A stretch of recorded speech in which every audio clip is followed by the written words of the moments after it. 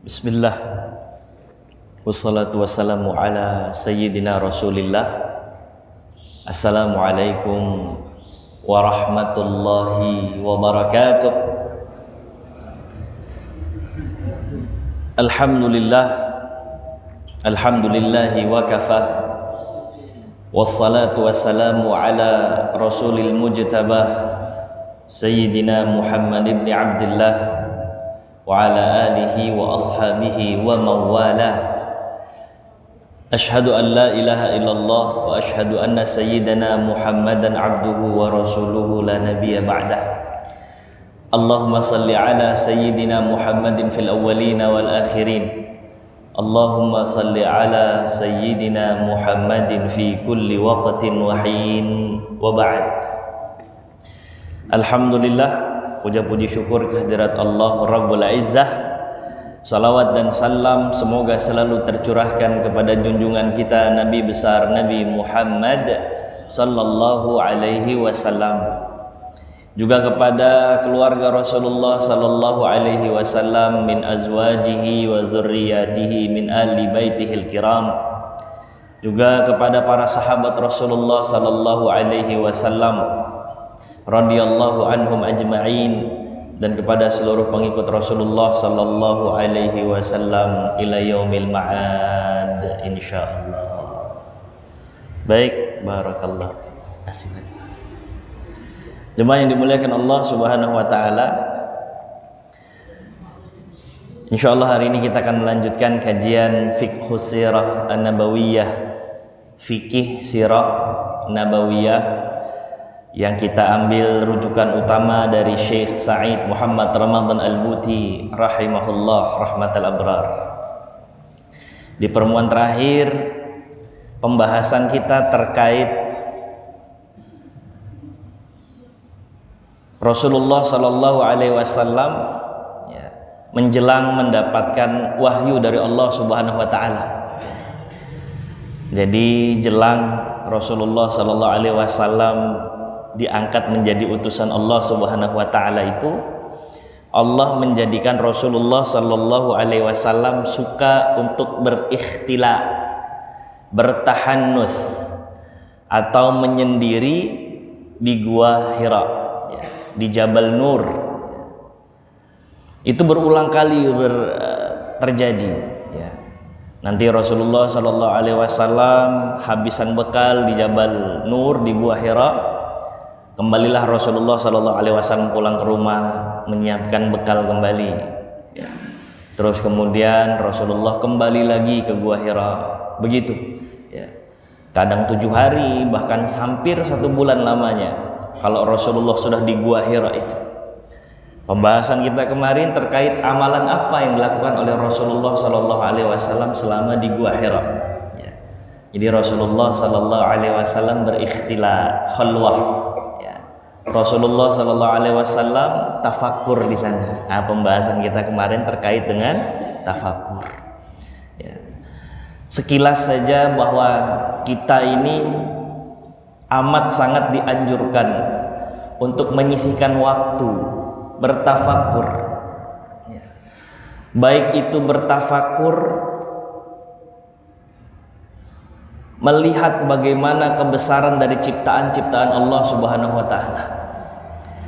Tafakur dari semua kekurangan-kekurangan kita tatkala kita menghambakan diri kepada Allah Subhanahu wa taala.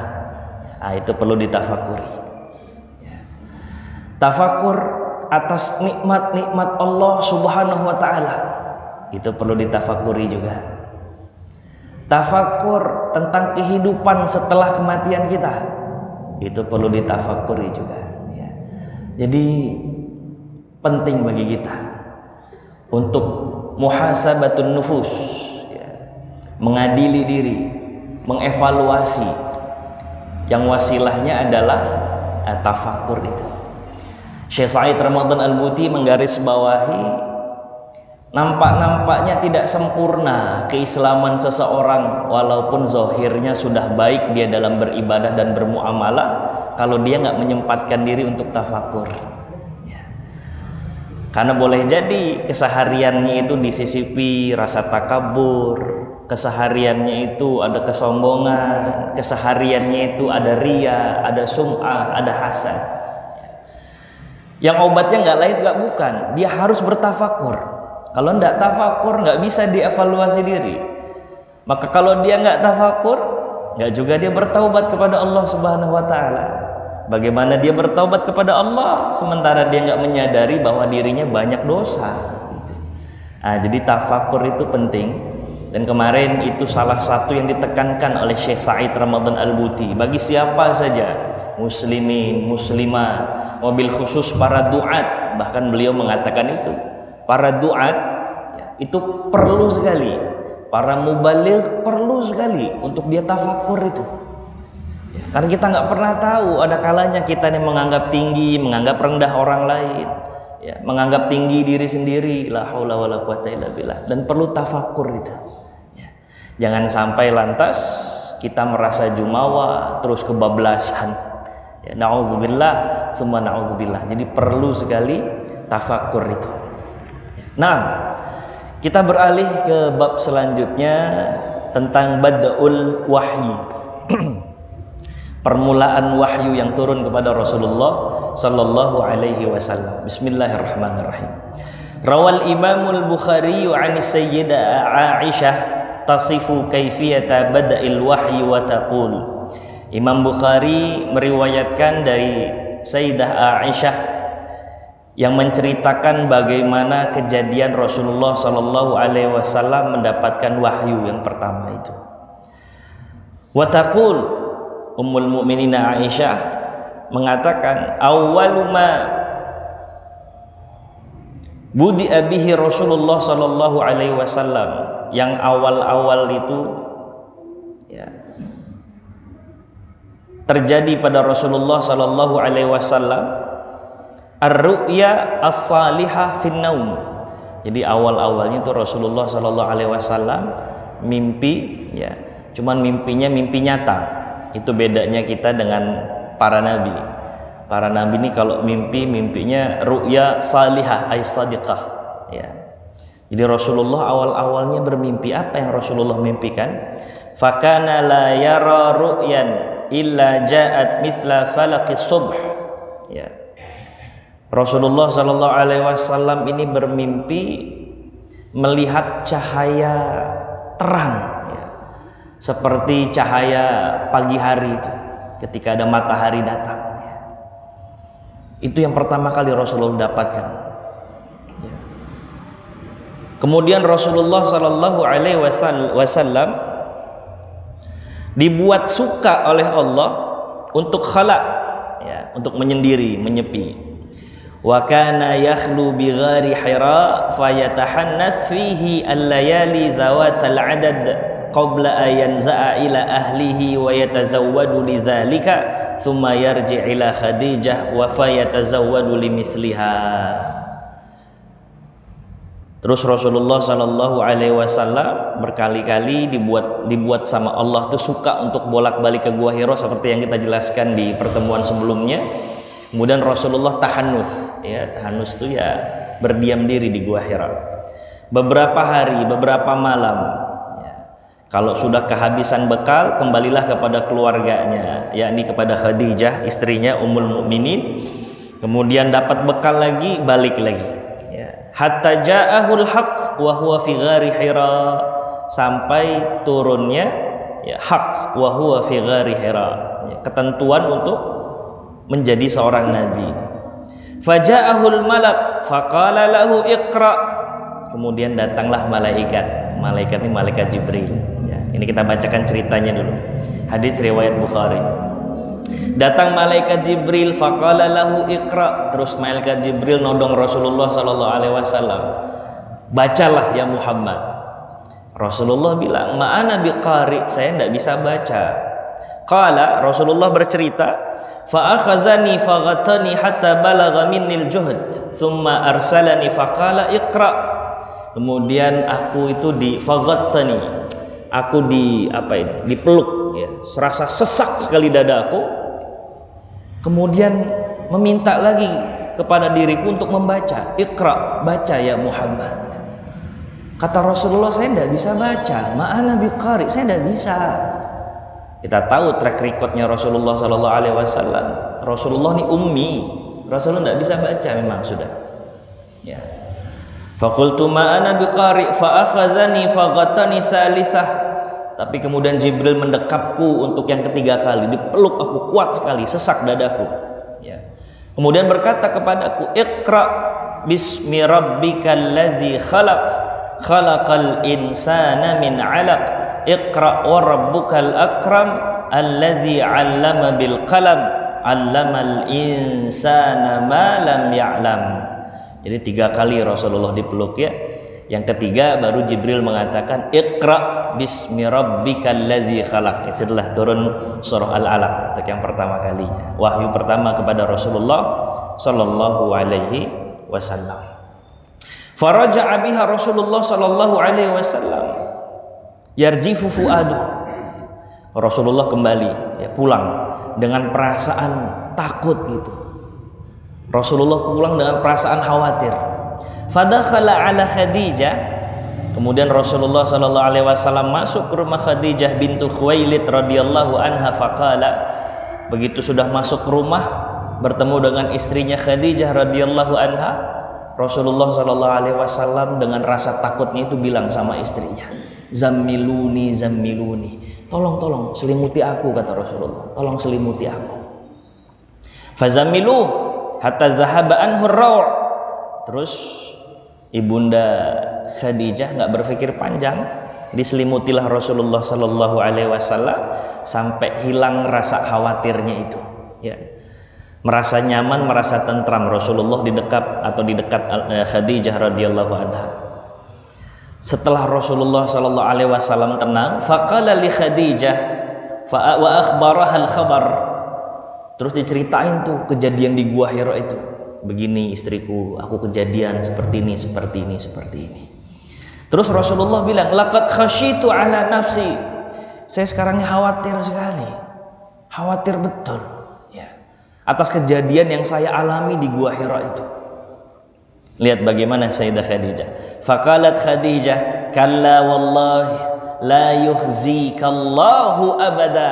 Udah suamiku, jangan mikir yang enggak. Ya. Engkau ini enggak akan kenapa-napa. Engkau tidak akan dicelakai oleh Allah Subhanahu wa taala. Jadi kalimat Allah, ilah itu sudah biasa ya. Di sini disebutkan Sayyidah Khadijah bilang, kau nggak akan diapa-apain, sudah. Kau nggak akan kenapa-napa, sudah positive thinking lah kalau bahasa sekarang tuh begitu. Sayyidah Khadijah menguatkan lagi Rasulullah Sallallahu Alaihi Wasallam. Innaka la tasilur rahim, wa tahmilul kul, wa taksibul ma'dum, wa tuqrid dhaif, wa tu'inu ala nawaibil haqq. Ya. Nggak usah khawatir suamiku. Kita akan tahu yang kau lakukan selama ini adalah kebaikan.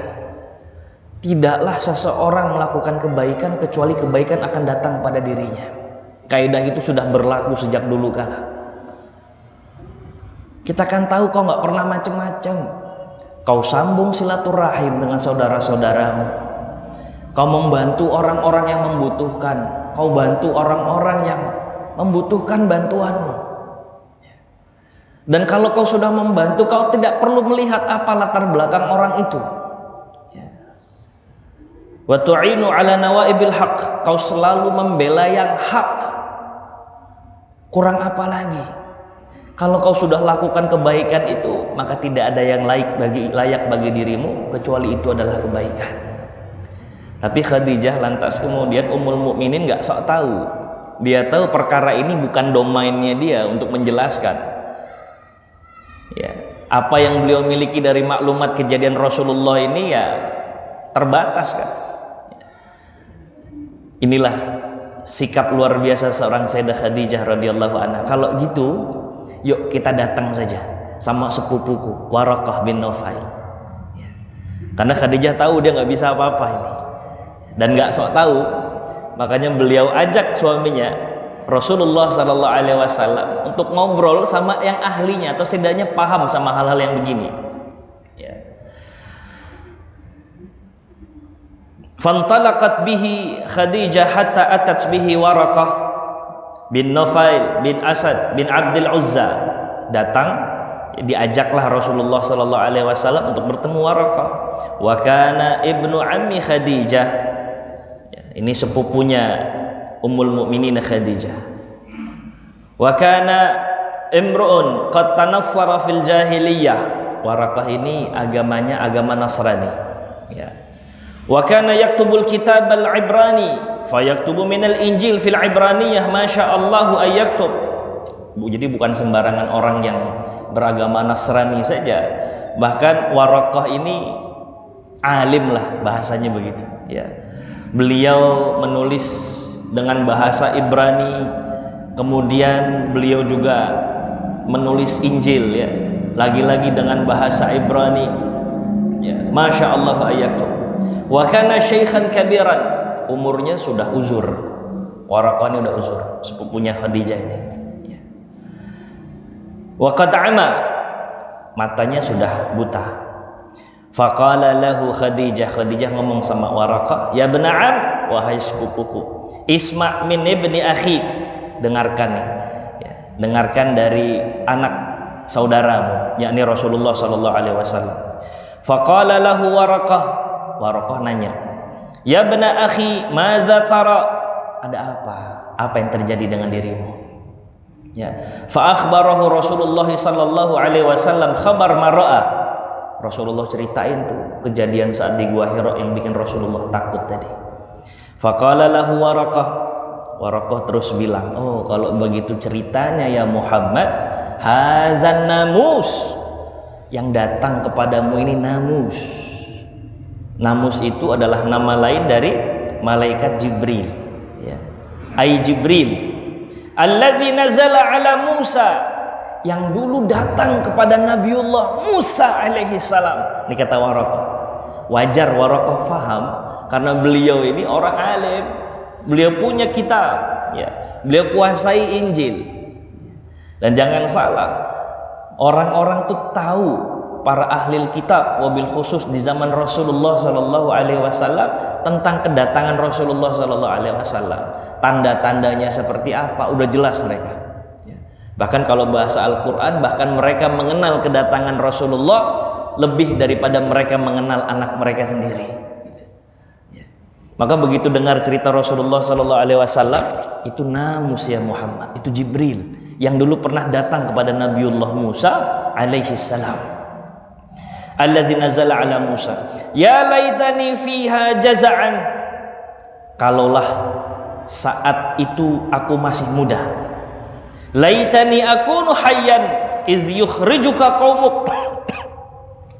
Kalaulah pada saat itu aku masih hidup, saat nanti kaummu mengusir dirimu. Jadi Waraqah sudah tahu ini, orang yang kedatangan Jibril kelak menjadi nabi dan akan diusir oleh kaumnya.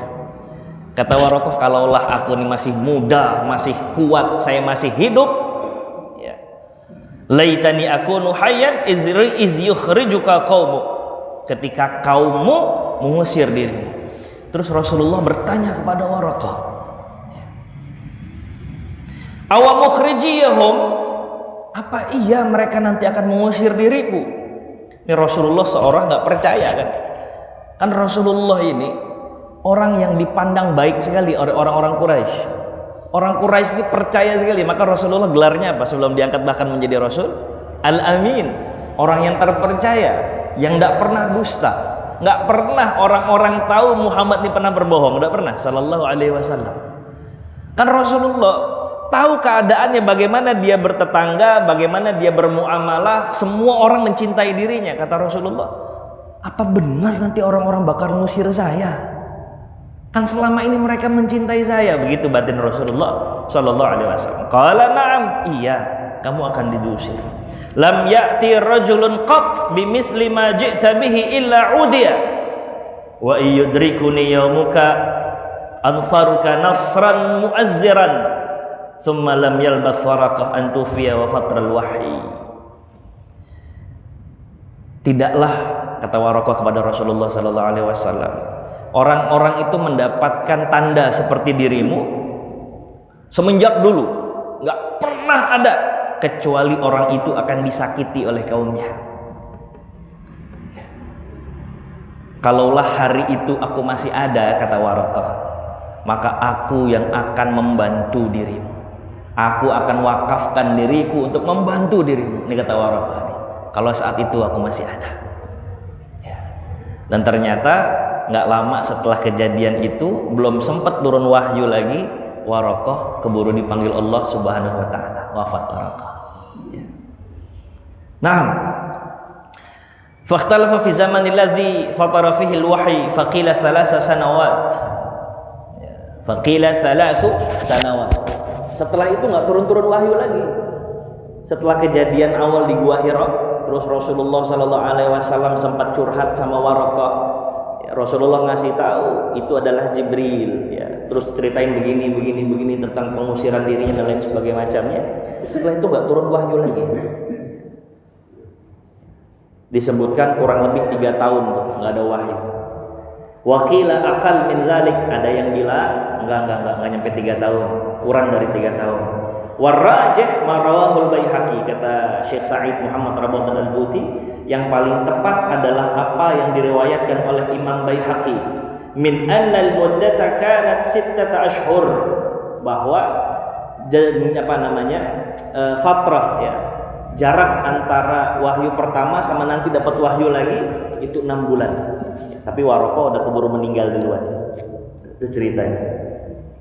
Tsumma rawal Bukhari an Jabir bin Abdullah qala wa huwa yahdus an fatratil wahyi faqala fi hadithihi bainama ana amshi id sami'tu sautan minas sama'. Dalam riwayat Bukhari lagi dari Jabir bin Abdullah, wa huwa yuhaddisu an fatratil wahyi, di mana Rasulullah Sallallahu Alaihi Wasallam bercerita tentang wahyu ya, yang datang setelah wahyu yang pertama. Apa kata Rasulullah Sallallahu Alaihi Wasallam?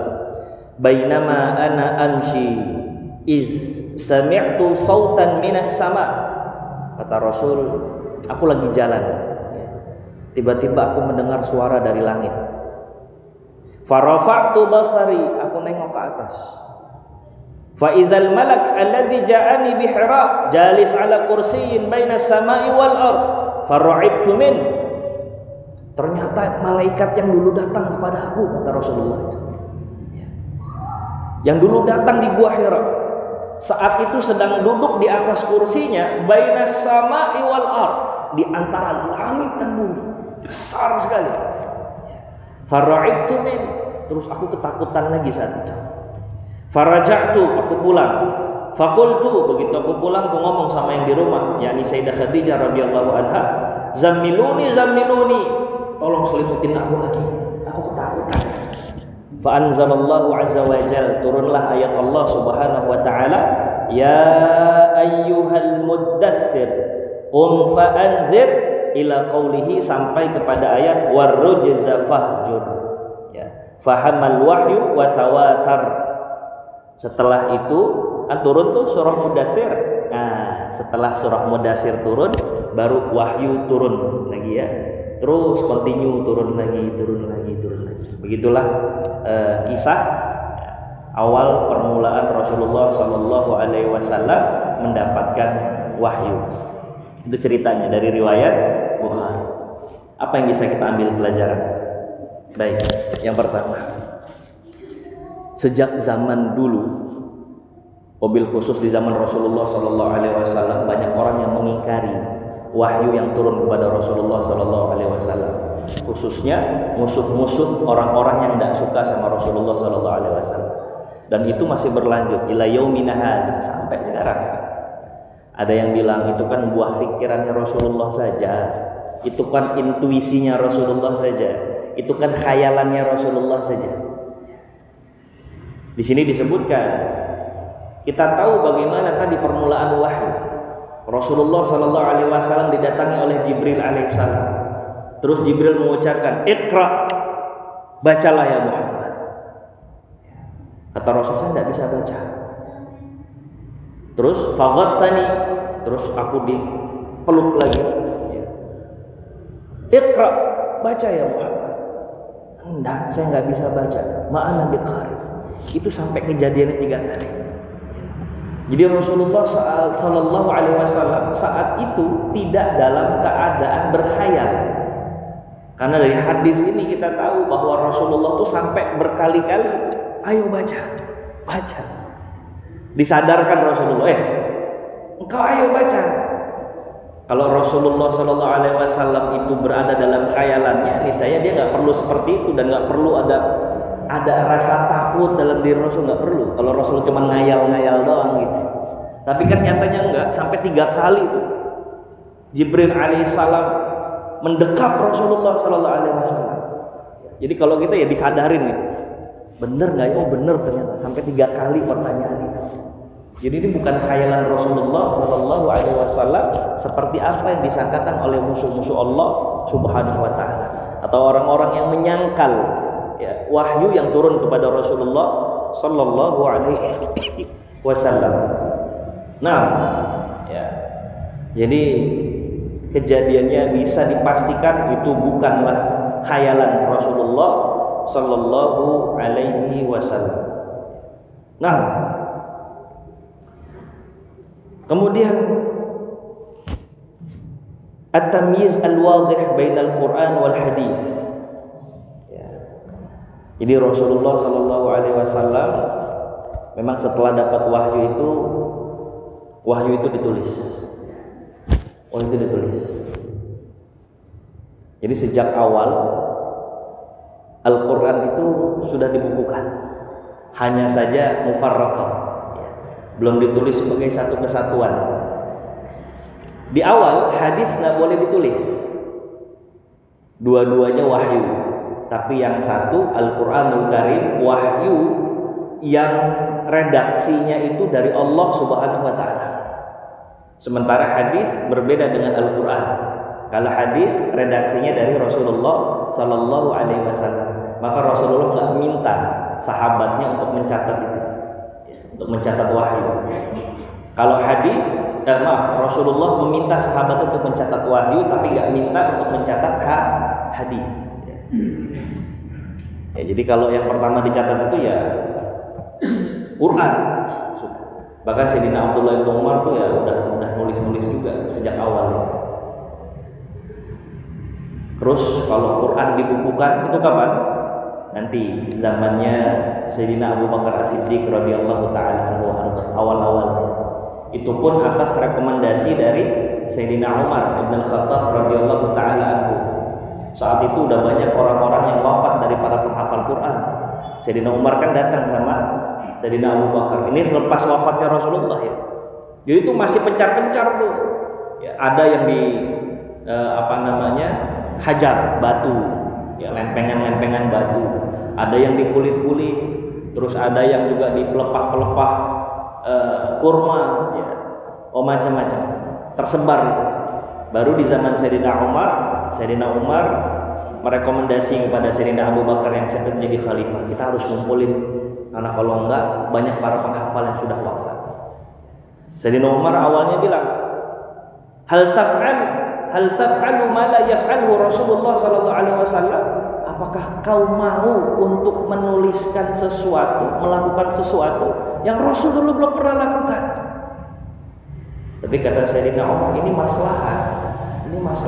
Terjadilah dialog itu antara Umar dan Abu Bakar. Akhirnya Abu Bakar, ya udah, yuk kita kumpulkan Al-Quran.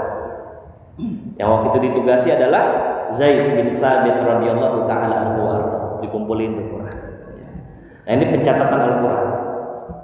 Baru nanti di zaman Sayyidina Utsman bin Affan, yang tadinya dikumpulin tuh dari yang serakan dikumpulin di zaman Abu Bakar, dipatenkan lagi, dipilih yang paling sahih, yang paling mutawatir. Nah, itulah Quran yang saat itu ada bersama kita. Ya. Nah, jadi sejak awal sudah ada penulisan Al-Quran, tapi masih tercecer. Sedangkan Rasulullah Sallallahu Alaihi Wasallam tidak mengizinkan awalnya untuk mencatat hadis. Hadis nanti belakangan tuh. Ya. Hadis itu di zamannya Sayyidina Umar bin Abdul Aziz. Beliau yang mencetuskan untuk mengkodifikasi hadis. Ya. Lama setelah Al-Quran. Nah, yang selanjutnya, kana Nabi sallallahu alaihi wasallam yus'al an ba'dil umur fala yujib 'alaiha. Ini terkait dengan wahyu ya. Wahyu itu bukan sesuatu yang dibuat-buat karena apa? Ini salah satu penekanan lagi. Karena wahyu itu diberikan Allah Subhanahu wa taala melalui Jibril kepada Rasulullah sallallahu alaihi wasallam sekehendak Allah Subhanahu wa taala. Kayak wahyu pertama sama wahyu kedua itu jenjangnya itu sampai 6 bulan, riwayat Baihaqi. Enggak bisa langsung. Kalaulah Rasulullah sallallahu alaihi wasallam dia yang membuat Al-Qur'an, niscaya kapan saja dia bisa buat gitu. Gak peduli kapan waktunya, tapi ini kan gak bisa begitu. Terserah Allah kapan mau ngasihnya. Bahkan nanti ada hadisul ifki. Pernah dengar hadisul ifki? Hadis ifki itu kejadian saat Ummul Mukminin Aisyah digosipkan berita hoax bahwa Sayyidah Aisyah itu berzina, berselingkuh dengan Safwan ibnu Mu'attal kalau tidak salah namanya itu. Begitu kemudian isu ini ternyata viral di kalangan orang-orang Madinah itu. Rasulullah nggak langsung bikin klarifikasi. Rasulullah harus nunggu titah dari Allah Subhanahu wa taala, yakni wahyunya Allah. Dan itu lama itu, sampai sebulan isu itu berliar sekali, digoreng sana, goreng sini, goreng sana, goreng sini. Kalaulah wahyu itu datangnya dari Rasul atau inisiatif Rasulullah Sallallahu Alaihi Wasallam, dari awal aja Rasulullah klarifikasi. Ini masalah diri, harga dirinya Rasulullah, kehormatan Rasulullah, kehormatan Ummul Mukminin Aisyah. Tapi kan nggak begitu. Allah ngasihnya sebulan setelah itu, lama jadinya itu. Aisyah udah nangis-nangis ya, kalau belum datang wahyunya nggak bisa Rasulullah sembarangan ngucap gitu. Ya. La yantiqu 'anil hawa in huwa illa wahyun yuha. Nah, jadi salah satu bukti bahwa ayat Al-Quran, wahyu yang diturunkan Allah kepada Rasulullah benar adalah Rasulullah nggak bisa merekayasa, baik redaksinya maupun kemudian waktunya. Jadi terserah Allah mengasihnya kapan. Nah, terus yang selanjutnya, Rasulullah Shallallahu Alaihi Wasallam itu kan ummi. Rasulullah tuh tidak bisa baca. Orang menganggap itu kekurangan, enggak, itu kelebihan. Bahkan menjadi satu penegasan bahwa yang turun dari Allah itu wahyu. Rasulullah nggak akan pernah tahu itu. Bagaimana kisah Nabiullah Yusuf, kisah Nabiullah Musa. Karena kan boleh jadi orang tahu dari kitab-kitab terdahulu, sementara Rasulullah kan nggak bisa baca. Rasulullah nggak bisa baca. Bahkan Rasulullah Shallallahu Alaihi Wasallam itu sampai menekankan kepada Rasulullah Shallallahu Alaihi Wasallam itu. Apa kata Allah kepada Rasulullah? Wa ma kunta tatsluna min qablihi min kitabin wa la takhutuhu bi yaminika idzal irtabal mubtilun. Nah, ini ya.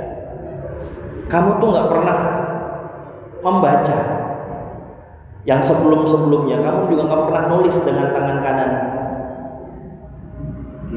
Ini sebagai bukti kepada orang-orang yang mengingkari dirimu. Rasulullah Shallallahu Alaihi Wasallam tahu tentang kisah-kisah nabi-nabi terdahulu. Disebutkan oleh Allah Subhanahu Wa Taala dalam surah Yunus, fa in kunta fi syakkin mimma anzalna ilaika fas'alil ladzina yaqra'una al-kitaba min qablik laqad ja'akal haqq min rabbika fala takunanna minal mumtarin. Kalau ada sedikit keraguan tentang kalau ada sedikit keraguan dalam dirimu terkait yang Allah turunkan kepada engkau ya Muhammad, coba tanya sama para ahlul kitab, mereka yang paham itu Injil, Taurat. Di situ ada kisah-kisah Nabiullah Musa, kisah Nabiullah Isa. Tanya sama mereka itu. Kalau engkau ragu, niscaya kau akan mendapatkan apa yang kau ketahui dari Al-Quran itu sama dengan apa yang tercatat dalam kitab-kitab mereka. Maka dalam salah satu yang diriwayatkan oleh Ibnu Katsir, setelah itu Rasulullah Shallallahu Alaihi Wasallam mengatakan, la asyuku wa la as'al. Aku nggak akan pernah ragu lagi dan aku nggak akan pernah bertanya. Karena ini benar-benar datangnya dari Allah Subhanahu wa taala.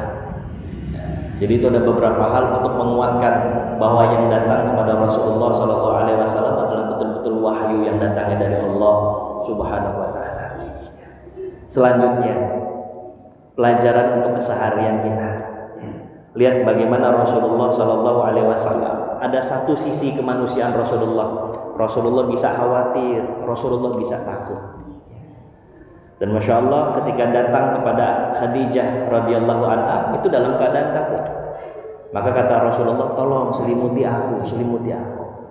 Khadijah tidak banyak tanya, diselimutilah Rasulullah sallallahu alaihi wasallam. Lihat bagaimana indahnya kehidupan rumah tangga Rasulullah sallallahu alaihi wasallam dengan Sayyidah Khadijah. Suaminya bisa memposisikan diri, begitu juga dengan sang istri. Sang istri nggak banyak tanya ketika suaminya dalam keadaan ketakutan gitu.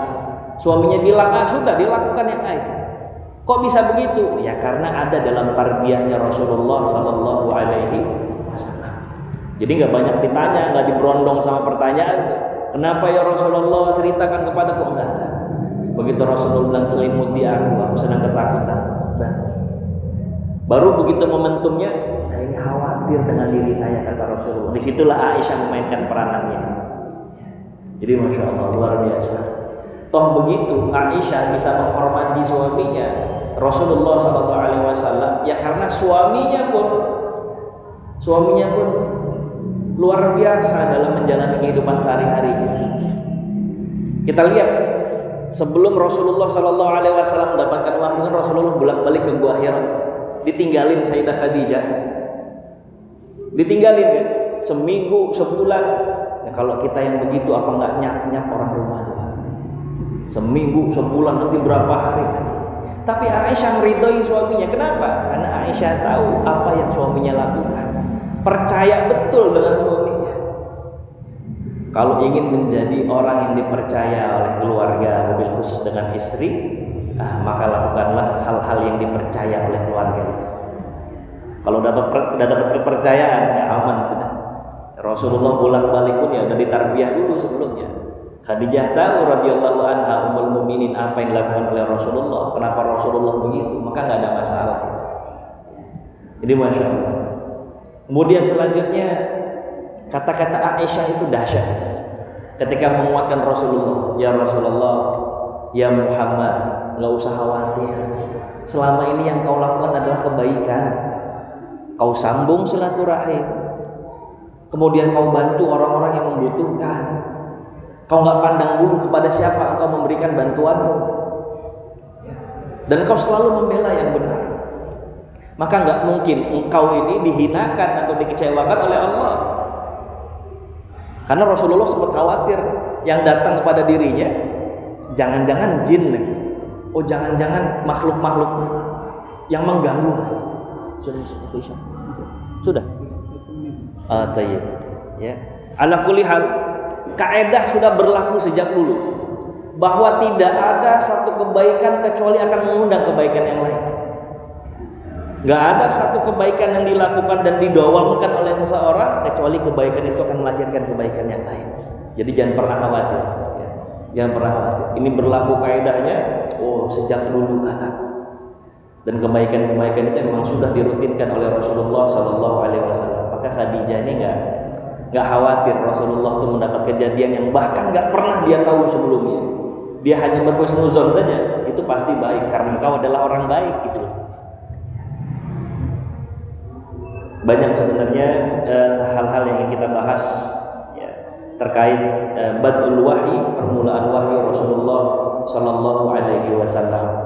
Ya, termasuk juga tadi ya, Sayyidah Khadijah yang membersamai Rasulullah Sallallahu Alaihi Wasallam. Insya Allah akan kita teruskan di pertemuan berikutnya dari Fiqh Sirah An-Nabawiyah. Mudah-mudahan yang singkat ini ya, bisa memberikan insight ya, bisa memberikan tambahan maklumat untuk kita semua. Terima kasih banyak, mohon maaf lahir batin. Allahu waliyyu taufiq wallahu khairul musta'an. Sama-sama kita tutup dengan kafaratul majlis. Subhanakallahumma wa bihamdika asyhadu an la ilaha illa anta astaghfiruka wa atubu ilaik. Terima kasih. banyak. Wassalamualaikum warahmatullahi